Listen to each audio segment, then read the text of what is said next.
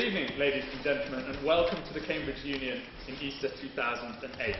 Now, we have a pretty contentious topic for you this evening, the numbers of immigrants.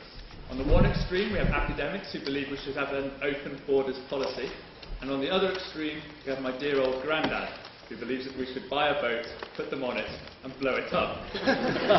However, I have to question his logic somewhat, because in his old age, I'm not too sure whether he remembers that he himself is a Polish immigrant.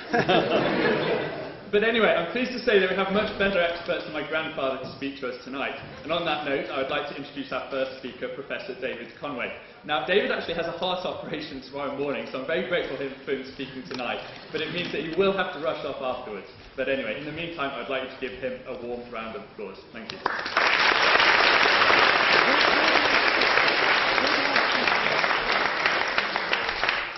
By the way, if I fall down, you'll understand.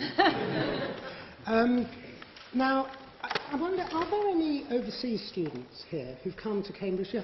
Now, don't worry, from the wording of the motion that this House would let in fewer immigrants, I don't think it was the intention of those who drafted the motion to suggest that there should be fewer people of your sort coming to future debates here. The scope of the motion was Great Britain, and the suggestion is that, as I understand it, and this is what I will be speaking to, that currently there are too many immigrants coming to Britain and that the numbers should be reduced. Now, the basis for my arguing that will be based upon consideration of three things. First, the main purposes for which immigrants are coming to Britain these days, the numbers in which they are being admitted for those purposes, and the impact that their admission in those numbers is having on this country and on some of the countries from which they are coming. So far as the purpose of immigrants who are coming to Britain these days is concerned, contrary to what some might think, it's no longer the case that the majority are coming seeking asylum. In 2006, the last year for which we have official statistics, only 1% of those who entered Britain came under that aegis. The main purpose, the single largest group of immigrants came in order to work, and they formed 39% of the overall number of immigrants who came in 2006. The next highest category are those who came to study. They formed 27% of overall numbers, and the third largest group were those who came to be reunited with members of their family, of whom 20% of immigrants in 2006 came for that purpose. And in that category of family reunion, half of those, which is the order of 50,000, came to be united with spouses. Now, so that's the purpose for which they're coming. So far as the current scale of immigration is concerned, in 2006, 591,000 people came to this country with the intention of staying for more than a year, which is the definition of what an immigrant is. Someone who enters another country from another to stay in the country that they enter for a year or more.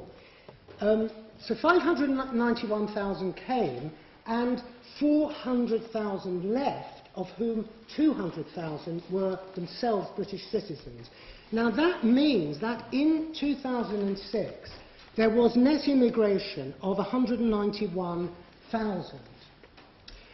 But 2006 was not exceptional. The number of net immigrants, i.e. the excess, the surplus of those coming in against those going out, has been in excess of 100,000 since 1998. And it coincides with the advent of what was then called the New Labour government, because they deliberately changed and relaxed immigration controls for purposes of work, for purposes of study, and for purposes of family reunion. Only the third was in their election manifesto. They undertook to abolish what was called the primary purpose rule, which was a rule which sought to prevent people gaining entry to Britain by marrying purely for the purposes of gaining entry. But Labour undertook to abolish that rule, and in so doing it did encourage more spousal migration. But as I say, that isn't the main source of it. Now, what is the impact? What has been the impact of this volume of immigration? By the way, a volume of immigration that we can anticipate occurring for the indefinite future unless very draconian action is undertaken by some present or future government. Now, it's in fact the impact it's having which is the main reason for suggesting that there should be less of it.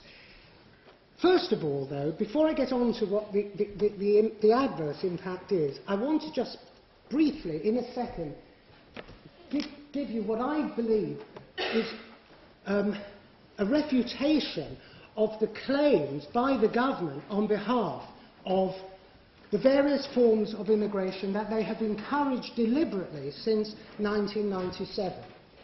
Let's look at their arguments under each of the categories. First, immigration for purposes of work. It was done, they tripled, when Labour got in, they tripled the number of work permits issued from 50,000 to 150,000 immediately.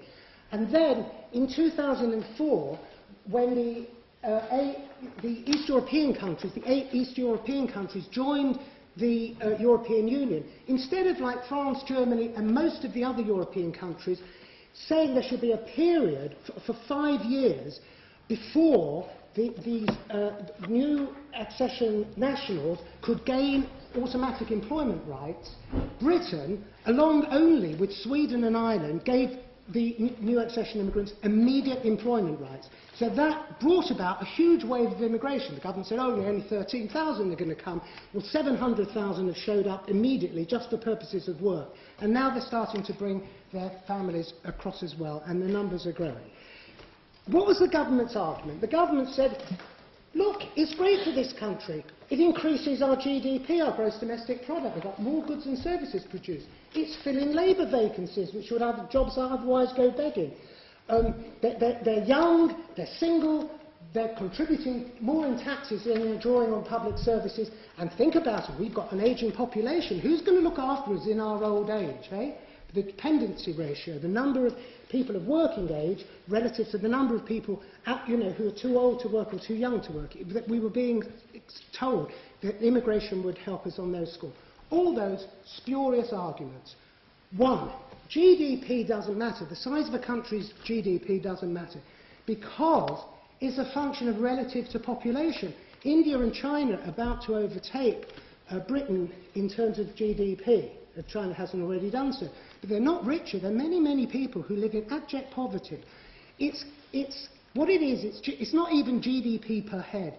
It's per capita income. Have the incomes, the per head income of the British people benefit